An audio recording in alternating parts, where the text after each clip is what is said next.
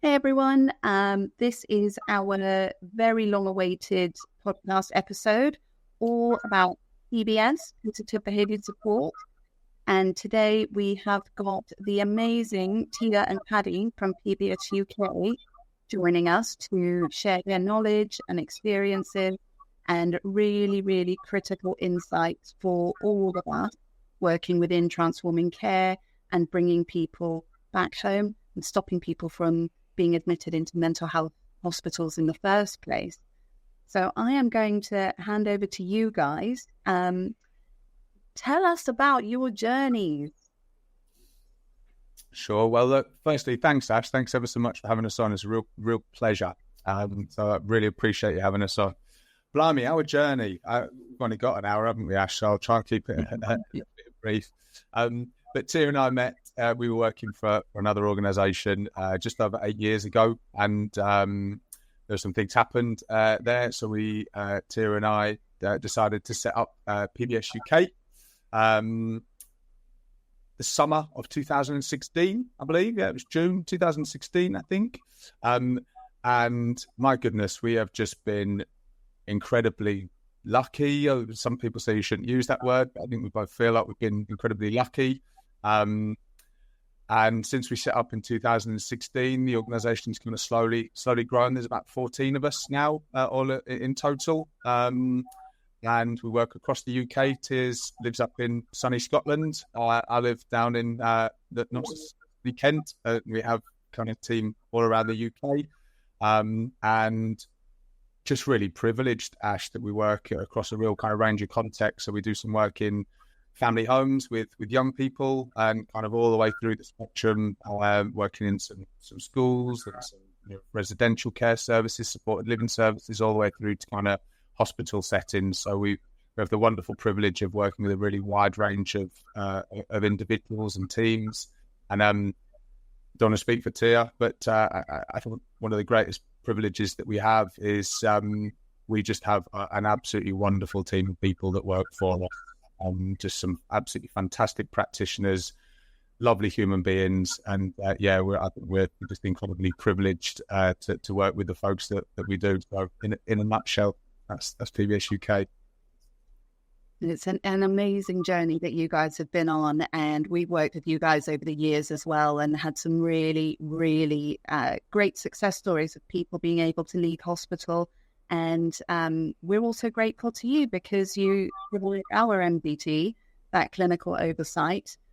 So thank you. And so we're going to start from the beginning. And I know you guys can talk for hours on this stuff, and we all will listen for hours on this stuff, learning from you. But this is your challenge this morning. What is PBS and its core principles?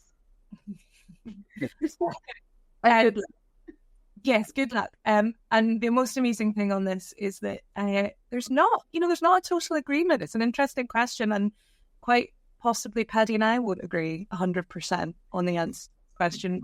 We allocated this question to me, and therefore I get to answer it. And what I'd say, what is positive behavioural support? I'd say it's not one thing. It's not binary. It's not something you can turn on and off. It's not something you do on a Tuesday. Like it's not a specific, tangible thing. It's a framework.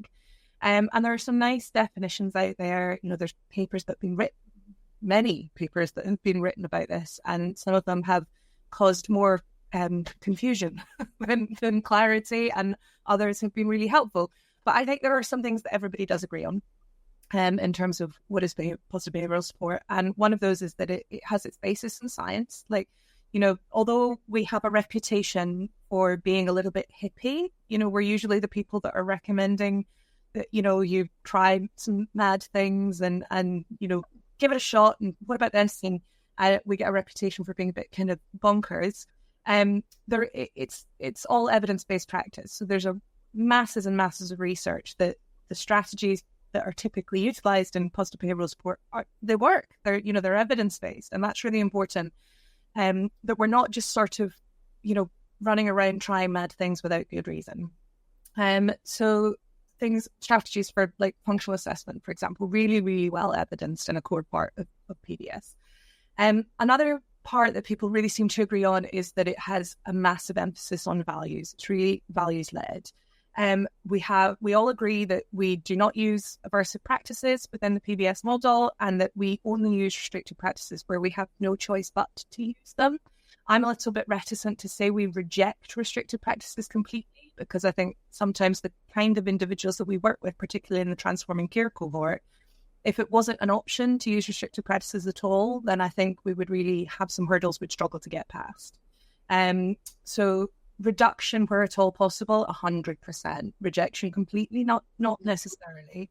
And the last part I think that is really everybody agrees on is this focus on empowerment. So it's putting the person at the centre of everything, real person-centred practices, real focus on skills, teaching, strengths-based focus, really looking at what the person is capable of rather than what they're maybe not capable of.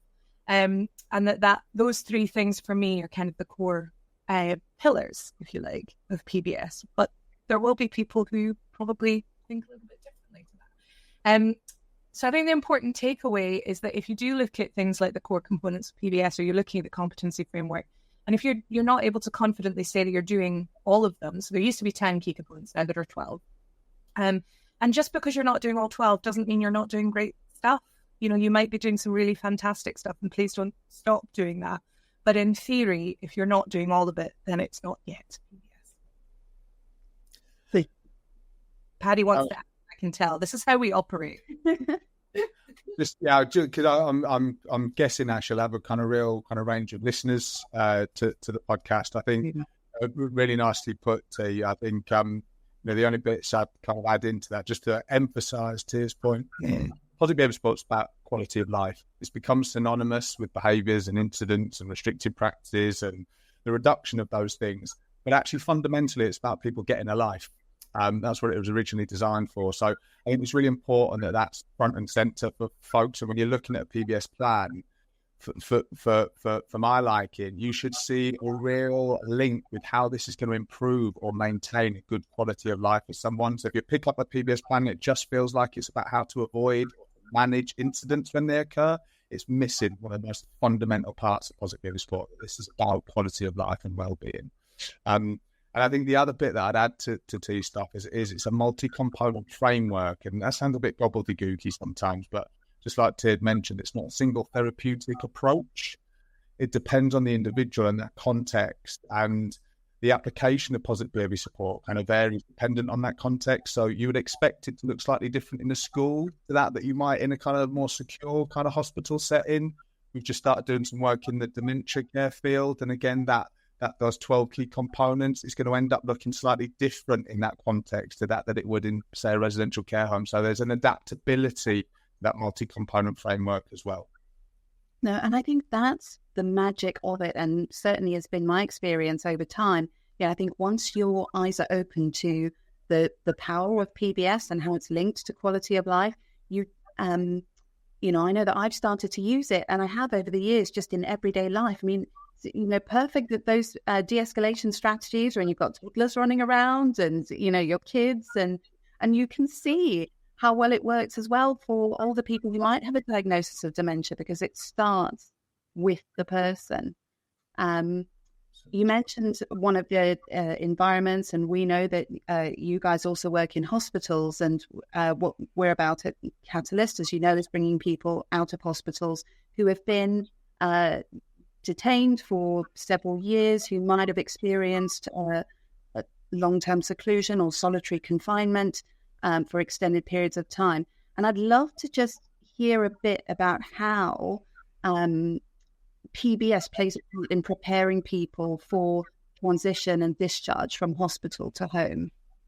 Yeah, great. Thanks, Ash. I think the answer to this really is in one of those 12 key components. I should know exactly the number of this, but I'm afraid I don't. And it's co-production. I think that's where the answer lies. So, when people need to be involved in really meaningful ways, straight from the start. So if somebody's in hospital, give a really tangible example, There perhaps might need to be a fresh assessment for that individual. At the very least, there's going to need to be a transition plan. There's going to need to be a new support plan for when that individual goes back home or goes to their new home. And the answer to how we prepare people is really in that true, genuine involvement of people in every phase of that, through from assessment, support planning, and the monitoring and evaluation of that kind of plan and the outcomes for that individual once they get to their new place. So I think co-production is the real answer around that. And I think to break those down in a little bit more detail for the particular kind of subsections there, I think preparing the individual, this is around really engaging that individual in person-centered planning, and that's one of the kind of facets of positive behavior support. Again, got to be really honest, Ash, because as you well know, it depends on the structure of the commissioning. How much time do you get? And what can you achieve with the targets that you've been given? But I think the cohorts that we're often talking about, these are people that have been in hospital for a long time, and there is, I suppose, an acknowledgement generally. There's going to be more planning and required for these individuals to make that next move successful. So where we can, involving that individual in the kind of person-centered planning process as kind of genuinely as possible, and really understanding from that individual's perspective, if they can contribute to this, what does quality of life look like? What does well-being mean for those individuals? So as you well know, we use the PERMA model quite extensively for that kind of work.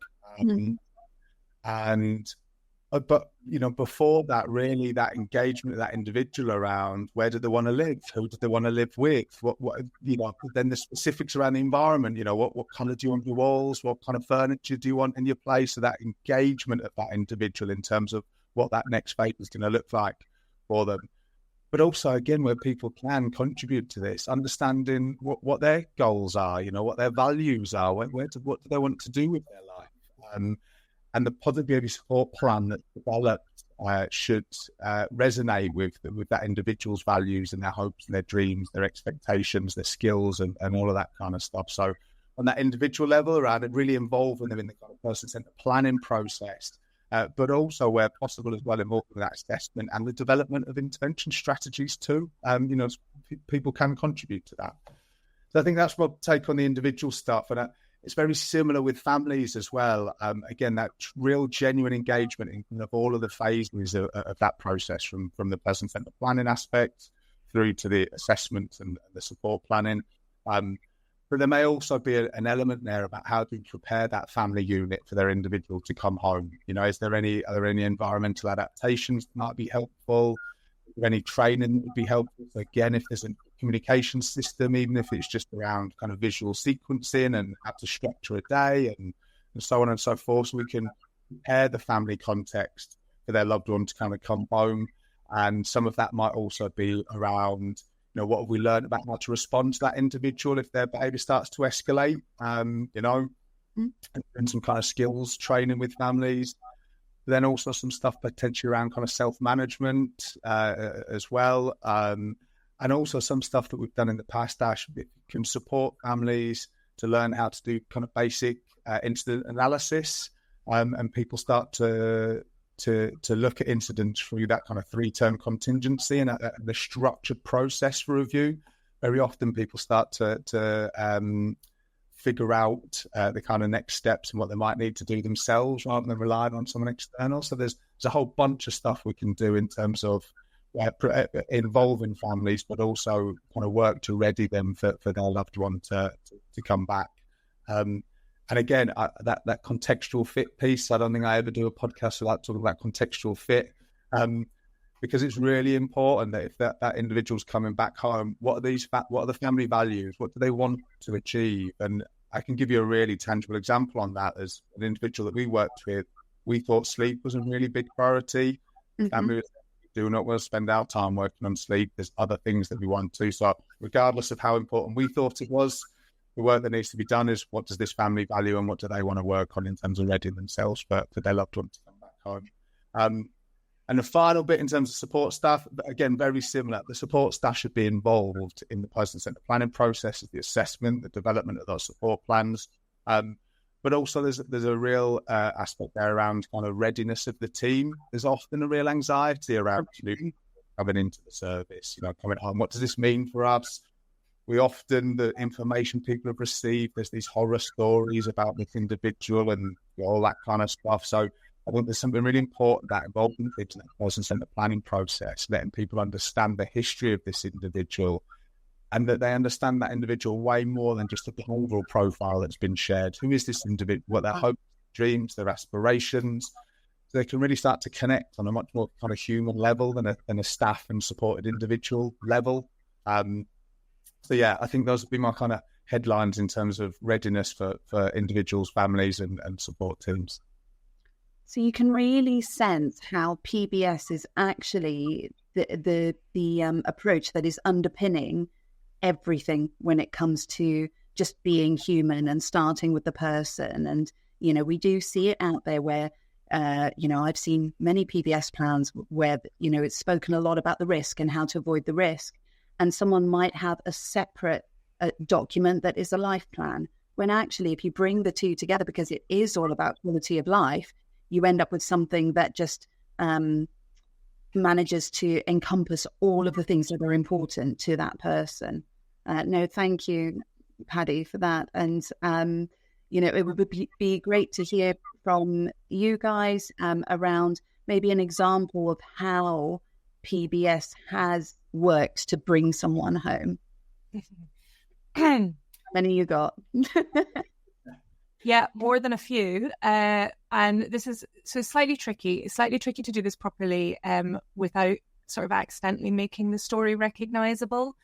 And we have a really firm policy. It's something that we have always felt quite strongly about, that the people that we work with, they're not an advertising opportunity. So we've had to think, I've been thinking quite carefully about how to describe this without it, making someone sort of, making a bit of a goldfish in a bowl out of them. So tweaking a few things, but broadly speaking, yes, we can describe to an example. So the example that jumps to mind is a person who was being supported in an inpatient facility, specifically in a Section 136 suite, and they were just really stuck. So Section 136, I think, is it 72 hours? Is that what it's meant to be, or something along those lines? And this person had been there for almost a year at the point that we came to sort of meet them and get to know them a little bit.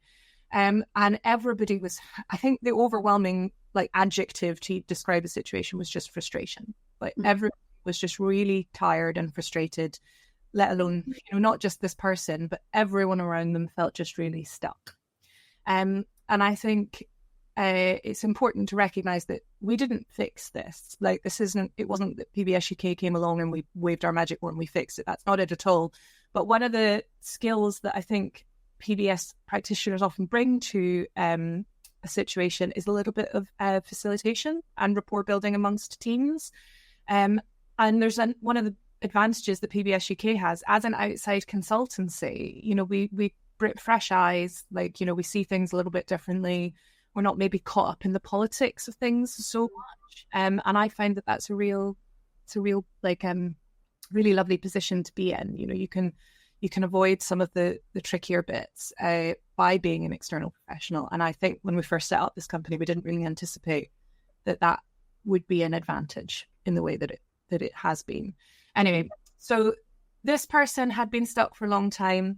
Professionals were really, really frustrated, really skilled professionals, I think I should say. It wasn't that he had a team of, unhelpful people around him, very skilled professionals who just were not finding that they were being able to be successful, and a family who were so sad and really had, felt like they weren't being heard anymore, and that their adult child was being perceived as being some kind of a monster, to be honest, because the documentation that existed around this person the language was just so extreme that I think it was very difficult for them to recognize their child in those descriptions, and it all just had become really, really difficult. And you know how much I care about language, so I'm going to try really hard not to spend another hour and a half talking. That's a whole other podcast, Tia. what we found we ended up doing was we did do a functional assessment. We were asked to do that. We refreshed that. It didn't really change much because, like I said, there were skilled people involved before. But what we ended up doing initially was focusing on quality of life. So we did a bit of a PERMA workshop with the family, and it was really lovely to watch as we talked about, what's meaningful to your son, what brings out the most, what creates joy for your son, tell me about the best day of his life, this kind of stuff and what that looked like. That they started to talk with such passion about their adult child, and it really, a lot of the barriers I felt like dropped over the course of that conversation because they'd gotten used to people using language that was very aggressive describing their child, and this was an opportunity to talk about him in a much more compassionate and human way, and that PERMA gives you an opportunity to do that. So starting with PERMA is a lovely foundation for having some of those more difficult conversations. Let's start with who the person is and what makes them laugh, and what causes the glimmers. So I don't know if you're familiar with that term, but the kind of in the same way that you can trigger problem behavior, you can glimmer joy, and that was a really nice conversation. We did the same with the people that were supporting him in hospital, and we had hundreds and hundreds and hundreds and hundreds of conversations with people, and we ended up recommending a particular process for the transition, which was a 5-step process. And it's based on some research by a chap called Brian McLean, who is, I think, an occupational therapist by clinical psychologist. Is it? Paddy's nodding. I'm guessing people listening will know that. Paddy's nodding. Clinical psychologist in Ireland, done some amazing work supporting transitions out of secure settings. And there's 5 stages to his intervention sequence outline. Which is, first of all, you create a low arousal environment where you're reducing the likelihood of incidents occurring, and you're really just focusing on creating calm in that person's life. And then you focus on rapport building. So if we've got staff working with this person, how do we get to a place where they have a really lovely relationship with one another? And how do you create those moments, beautiful interactions? And the 3rd step, I think, is communication. So if you need to put in communication systems or activity schedules and all of that kind of stuff, it happens in phase 3. And then after that is some more technical behavioral stuff. So you're looking at functionally equivalent skills and differential reinforcement after that. And we built the transition plan alongside these 5 different phases. We included absolutely everybody in the design of the intervention, which was both wonderful because we had so much excellent feedback, but also really difficult because it makes everything take a really long time. Any decision running through that many people obviously takes a really long time. So all in all, by the time we actually had the day, and I remember this day so well because I was sat in this person's in the property, in the office, waiting for him to come home for the first time, and all of the excitement and tension in the office, and you're texting mum being like, he's on his way, he's left the hospital, we're so excited. Love those days. I remember those days too. So great. And that, just so fantastic. But that, getting from the initial conversations to there, it was about another year, 10 months, something like that, about another year to do it properly. And that included all the PERMA work. It included all the rapport building. It included behavioral skills training for the staff. So we didn't just hand them a plan and say, here's what we're going to do when he gets home. If you could read it and sign it and let me know, that'd be great. We drilled them. I mean, it was a military operation, bless them. They must have, initially, I think they thought I'd completely lost my mind, but by the end, they were loving it. And we had situations where I would pull, we focused on we focused on the really joyful stuff and how we were going to manage that. But of course, we also focused on the really difficult stuff. What are we going to do if this behavior occurs and you're standing here? What are we going to do if this behavior occurs and you're upstairs in the office? And we didn't just talk about it, we practiced it. So we had some very silly days where they would be in the property before the gentleman moved home. And that was a real advantage, having his actual property to practice in, because that's not always possible. But realistically, we need to be skilled at supporting a person in the environment where they're going to be living, not in an environment where there's, a number of nurses available to jump in and help if need be. The confidence needs to be where it's in the real life setting. And so I had this little bag of random behaviors of concern. Then I would pull one out and I'd read it, and they had to react as if that had just happened.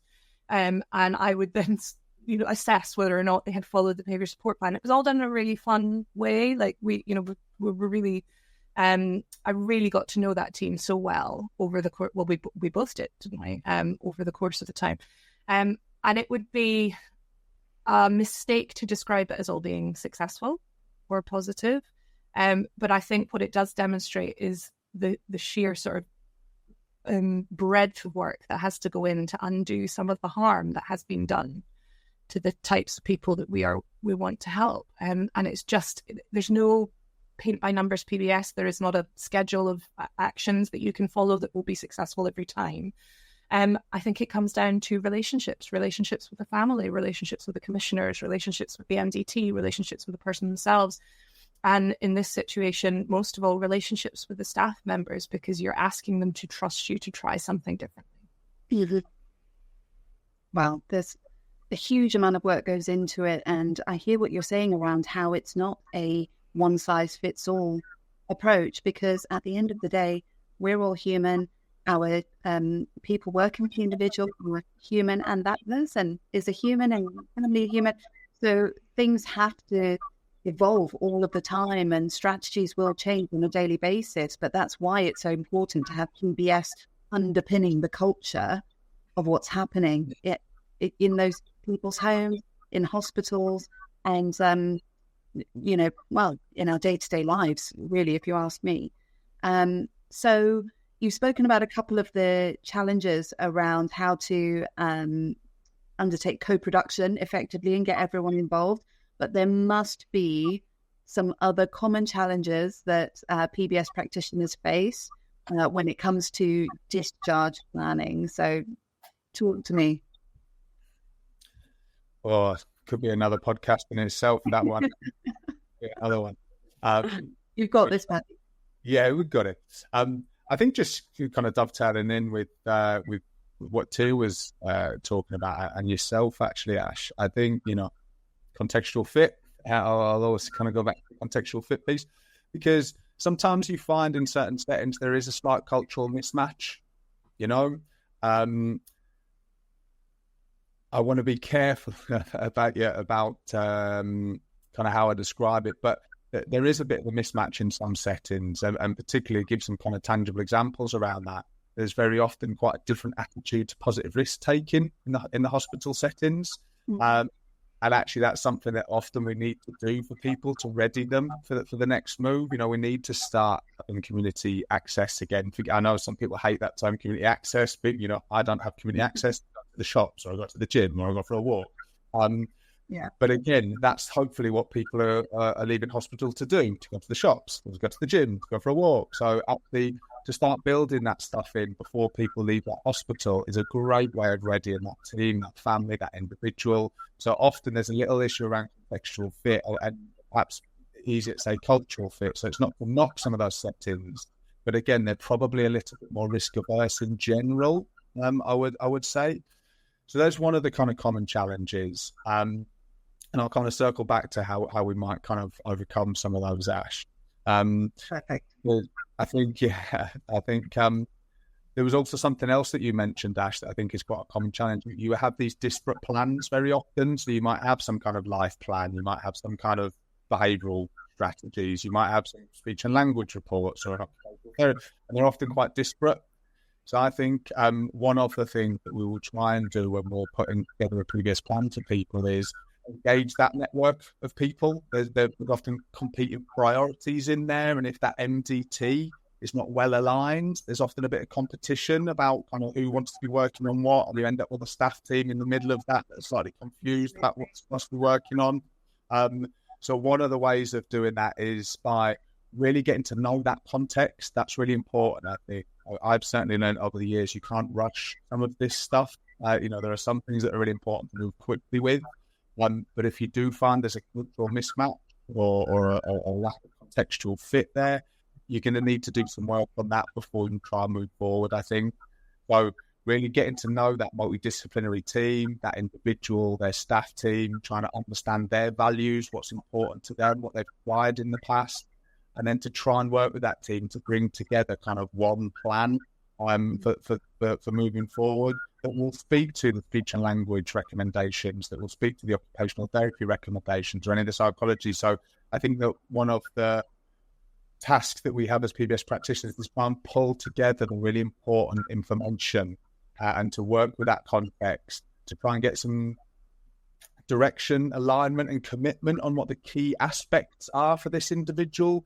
We've all got our own priorities. Just like I was mentioning earlier, we really wanted to work on a sleep program for this young person. The family didn't want to do it. So from a contextual fit perspective, we have to pivot, and then we have to start looking at actually what does this context really value and how can we add value in terms of the pursuit of the things that they're trying to achieve. So definitely doing with, not to, is something I've learned over the years. And I also think with regards to that risk conversation we were having at the start of it, I think very often what we need to do is to support that context to gain confidence in a graduated approach to taking risk. So again, there's been times when kind of we might feel we've got to know that individual, we've got to know that staff team. There are some members of the staff team say, I feel confident taking this person out. I think we need to go out and have a walk. This is what you need to be doing. Let's do it. But perhaps that MDT, because they're dealing with the kind of risk register for that hospital, are a little bit more apprehensive around that kind of thing. So again, you need to work kind of bi-directionally there. Listen to that SMT, because it's very easy to say, oh, they're the problem, that SMT, that's the problem, or that MDT is the problem. But again, that's kind of fruitless if that's our approach, is to blame them, to charge it, or whatever it might be. So we really need to try and get that teamwork up and running, get that collaborative kind of working together, and I think kind of support that context to take a graduated approach to risk. And I think, again, how can we help? We can practice lead in those scenarios as well. We can be a part of that. We can design that with the staff, with that MDT, and we can kind of work with those with that context to both recognise the successes on those, but also to be really open about the bits that perhaps didn't work as well. I think that's one way you gain confidence in those contexts. When we're able to acknowledge our mistakes and when we're using our approaches in that kind of data-based way to show, listen, we can demonstrate this part went really well. These three next parts need work on. We bring that back to that team, get their involvement in that. So again, very much about co-production, I think, engagement of that kind of context. And I think also about having some kind of empathy for that context that is quite difficult to provide some of these services sometimes in hospital. They do feel a bit more restricted, and acknowledging that it is a very different context. So yeah, I think those are some of the kind of common challenges we've faced, and a couple of suggestions for how to overcome them. No, that's amazing, and a really, really honest assessment of how things are. And I think you're absolutely right in that sometimes there is this othering that goes on when we're talking about avoiding risk and that kind of thing. Oh, well, this team don't believe that this person can manage out in the community, or they're not open to it. When actually, as you have alluded to, people's hands are sometimes tied in terms of risk because of the type of environment that it is. And it always helps to, I think, come back to the realization that nobody goes into care to do a bad job, to restrict people and all of those things. It's just that something that happens. It's a product of a system that we all know needs work, needs improvement. Some of us might think it needs a full restructure, but again, that's another podcast, whole series in there. But you mentioned something about showing up as practice leaders, which brings us onto this next question, because we know that a lot of work goes on to do functional assessments, analyses, develop this beautiful PBS plan. But as experts in PBS, how do you guys evaluate whether those practices are sustainably supporting someone once they've come home? I think that's a nice segue. It's something that we feel quite strongly about. I used to write these mammoth, functional behaviour assessment reports and PBS plans and things, and they were detailed, and I thought they were beautiful and super, comprehensive. And we have so learned that they just don't have impact. If what you're doing is, it's a bit heartbreaking when you go and visit a person and then you open the folder and you can tell it's never been read. It's still pristine. There's no fingerprints on it. But beyond that, it's just not helpful for the team. It's just not, it's not a good use of their time. And It's not possible, I think, to be a PBS practitioner from behind a desk, 100% of the time. Do you need admin time? Yes. But the most useful function that we serve is when we're in with the people that we're working with, standing beside them, and helping them figure some stuff out as we go, and building trust with the teams so that when we do ask them to do something that's a little bit bonkers, that they go, all right, Paddy or Tia, I think you're a bit mad, but let's give it a shot because I trust you. And I know that you care about my safety, and I know that you care about the welfare of the people that you are supporting and their staff teams. So there's a bit about that. So one of the major measures we need to be better at monitoring is not just factors around the supported person, but factors around the staff. How is your staff well-being going? How is your staff confidence? What, are team meetings happening? Are supervisions happening? Incident analysis, is it happening? And I think sometimes this can be really difficult for organizations, because sometimes when a service goes quiet, you don't hear much. Like, you can sort of, no news is good news. It can feel that way, but actually I get quite worried when services go quiet. I think it can be the opposite. I want to be hearing about, I want to know that we've got that communication going, and when you've had a bad day, don't hide it, but tell us about it. Let's pick it apart. Let's really figure out what's going on. And, we've doing a lot of work at the moment on debriefing and effective debriefing and post-incident support. And what do we do with that information? How do we use it in a functional way? So how do you evaluate with your PBS practices? Yeah. A core part of PBS is being data-driven, for sure. But that doesn't just mean that we look at a dashboard and ask ourselves how many incidents happened last month and are we happy that it's not majorly more than the previous month. That's not what it means. It means looking at really meaningful data from a breadth of factors, like how are my staff team doing? Is the staff attrition too high? Why is it too high? Why are we losing staff? Are we having more incidents, but actually that's because we're trying some new stuff that's a bit uncomfortable, and over time that'll settle? That could be a really great thing. No incidents is rarely the our goal, because it's so unachievable. But having staff who feel really empowered, really confident, feel like they can operate together, feel like that they go home at the end of the day thinking, I had purpose today, and I did something really valuable with my time. We need to shift our data collection or our evaluation measures to be much more holistic, unusual word, behavior analyst, but let's go with it. Much more holistic and a lot less linear. So there is a degree to which the answer to this is it depends on the context. And I feel like we say that a lot. But in situations where you're focusing on this discharge from hospital settings, like, it all lands on the staff team. If they fall apart, we know what's going to happen. And we'll be back to square one. So I'd say the most important thing is, yes, you need to know about what behaviours are occurring and when, but we also need to know about how is this staff team doing? Are they following the PBS plan? Are they doing the things that we know make a difference, such as talking to one another, completing supervisions, filling out, feedback forms and things that they're being asked to do? Are we so sometimes we use those periodic service reviews, if people are familiar with that. That is one thing that we apply to any service. It should be designed around the service and what we understand holds that service together. And after a period of time, that would change. So it would move depending on where we're going with the service. But I would encourage people to think much more broadly if they're wanting to ensure longevity in terms of. Wow.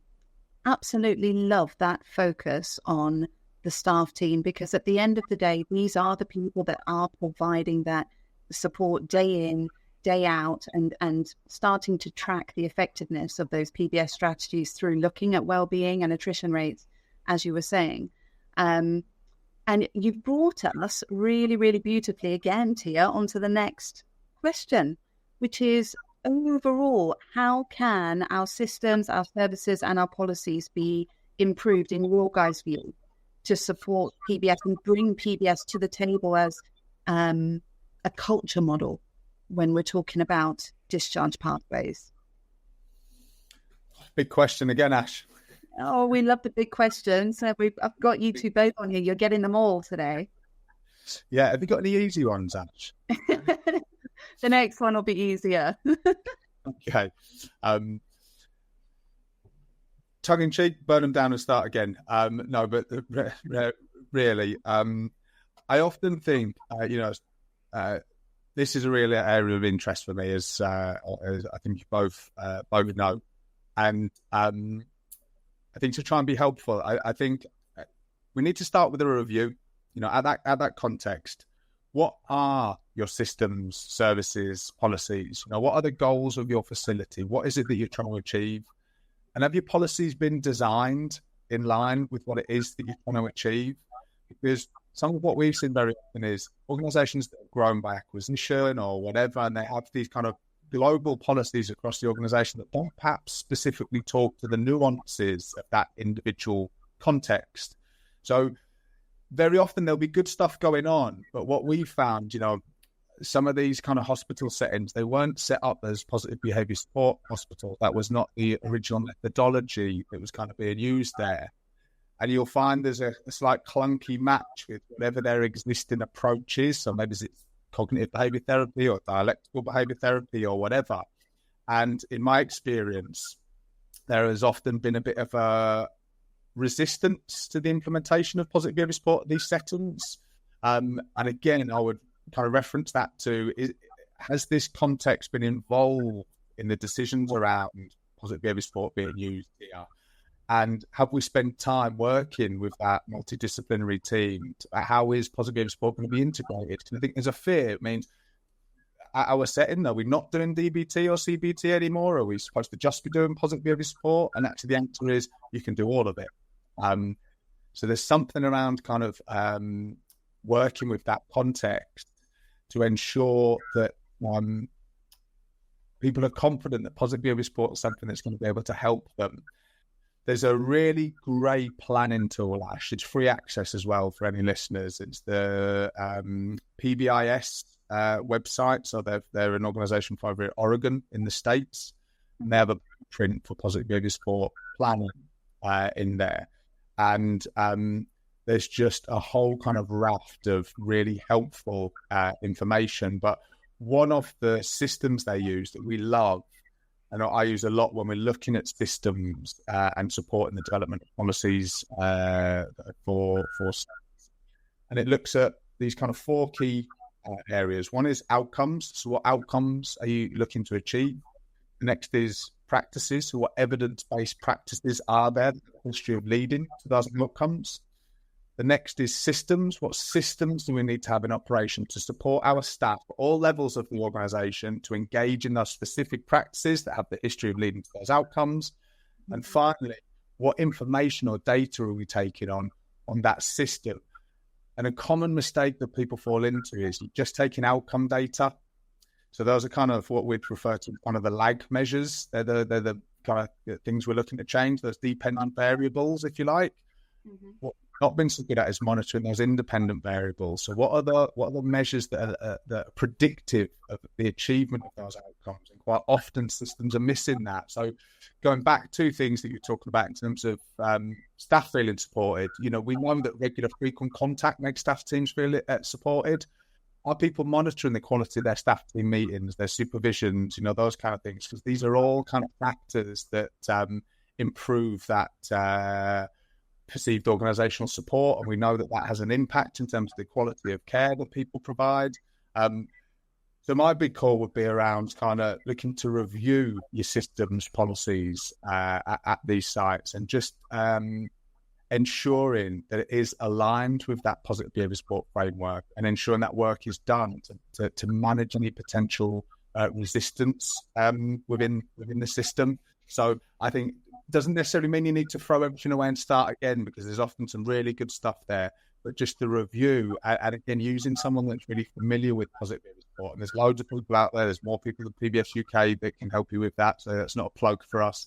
But bringing perhaps a content expert, and I hate that term, but someone that's experienced in terms of positive behaviour support across a range of settings, help with the development of those kind of policies that I think ultimately will ensure that supporting those kind of discharge pathways. So I really think it's about the review of that, and sometimes the kind of redesign of that and going all the way back where we started this, that production piece is really important. I don't think that strategy and policy work should just be done by senior people in an office. It should be out there with people using services. It should be there with the staff teams that are responsible for the 24/7 kind of care and support that's provided. If you have multidisciplinary teams, nurses, psychologists, they all need to be involved in the kind of workshops around the planning for these policies and ultimately the development of those kind of pathways. Gosh, it's so much that could be done if we all had all of this knowledge, and you say it's readily available. So, Paddy, you're going to have to give us the link to PBIS, and we'll link that to this podcast so that everyone can access it. And in our day-to-day lives, working within transforming care and bringing people home, all we hear about is outcomes. What is the outcome for this person? I don't think I've ever heard someone say, well, what's actually happening at the top of the stream? Why are people falling in the first place, or why isn't this system working in the first place? So there's so much in there to think about when it comes to embedding PBS as a culture from start to finish and using it to underpin the redesign of those systems and policies. I also think there's just one more bit. I think is I just need my contextual fit hat on as always. One of those key kind of points there is around precision.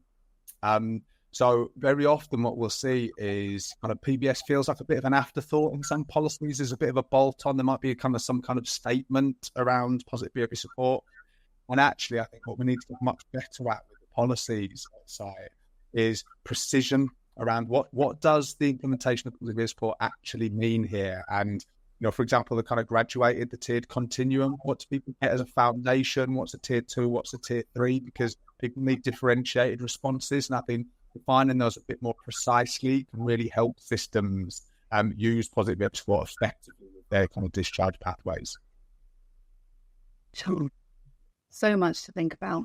No, thank you. Thank you so much, Paddy, and to you, Tia. And I promised you that that next and final question would be, I don't know if it'll be easier. My hope is that it will.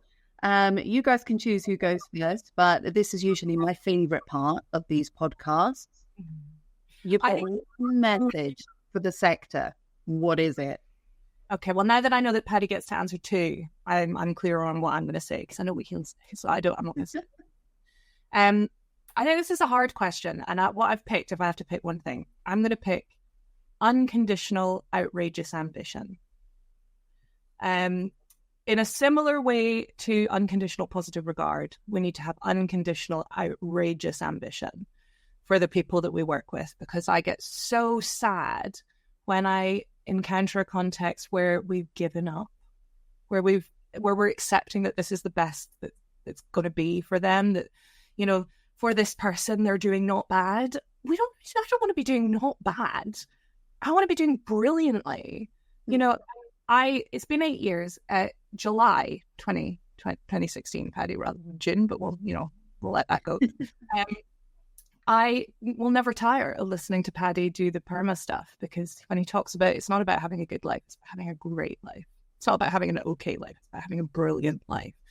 And it really actually is possible. It's one of the joys of working in this sector, is I get to see individuals go from situations that are really very sad to situations where joy is a daily event. And I think that is, for me, a result of unconditional, outrageous ambition. Chills. That's really powerful. Thank you, Tia. Love that. I'm going to be using it in whatever opportunity I get now, and that will become the expectation. Paddy, what's difficult to follow that. We've got a new Tia-ism. I love it. It's the first time I've heard it. Brilliant. Just what Tia said. No, I think what I would potentially add, I think collaboration. I think we really need to continue to find ways of collaborating.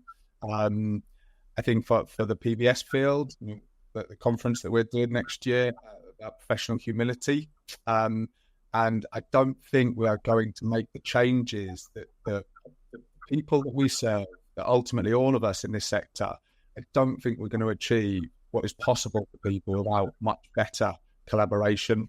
And that's about really involving people. We need to spend more time outside of our echo chambers, talking with each other. I think we will find there's much more common ground than people realise.